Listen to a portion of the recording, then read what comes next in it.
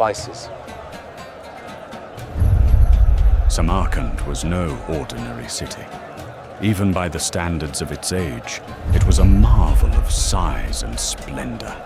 Its streets thronged with Christians and Saracens alike.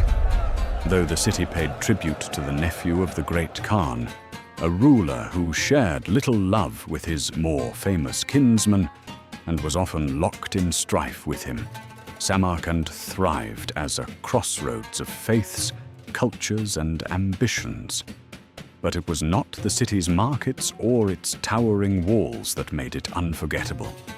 It was a miracle. Not long before our story begins, Chagatai, a brother of the great Khan himself, ruled over this land and many others beyond it. Unlike most of his lineage, Chagatai did something that sent shockwaves through his kingdom. He embraced Christianity.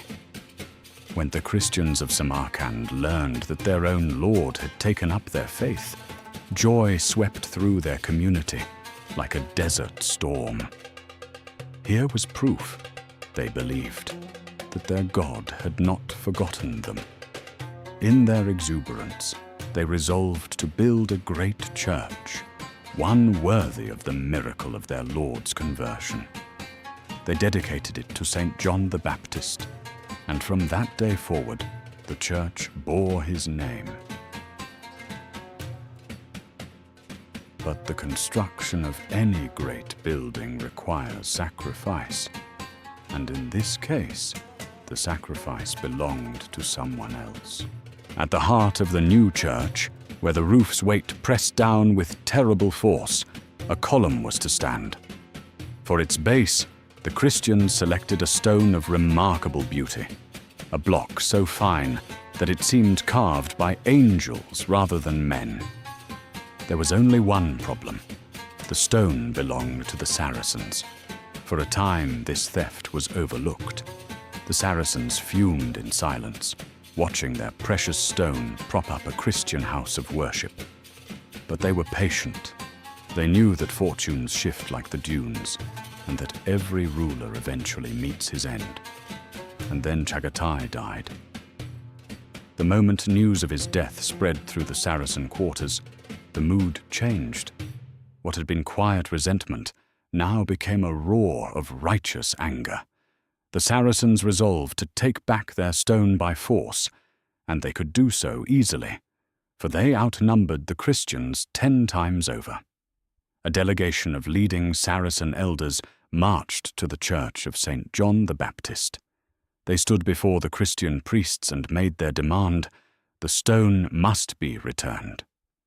The Christians, pale with fear but desperate to preserve their church, offered gold. They offered treasure. They offered anything the Saracens desired: silks from Cathay, spices from India, jewels beyond counting, if only they would leave the stone in place. Its removal, they pleaded, would do irreparable damage to the entire structure. The roof would collapse. The church would fall. The Saracens would not be moved. "We want neither gold nor treasure," they declared. "We want our stone, and we will have it, whatever the cost." With Chagatai dead, lordship over Samarkand had passed to the great Khan's nephew, a man with no love for Christians and less patience for their problems. When the Saracens brought their grievance before him, he listened with cold interest. Then he gave his judgment. The Christians had 2 days to restore the stone to its rightful owners. When the order arrived, despair settled over the Christian community like a shroud. They gathered in their church, the very building now marked for destruction, and prayed through the night. Their voices rose to the vaulted ceiling, past the column that stood upon the stolen stone, and into whatever heavens might be listening. They did not know if God would answer. They only knew they had nowhere else to turn. The second day dawned over Samarkand, the day the stone was to be surrendered.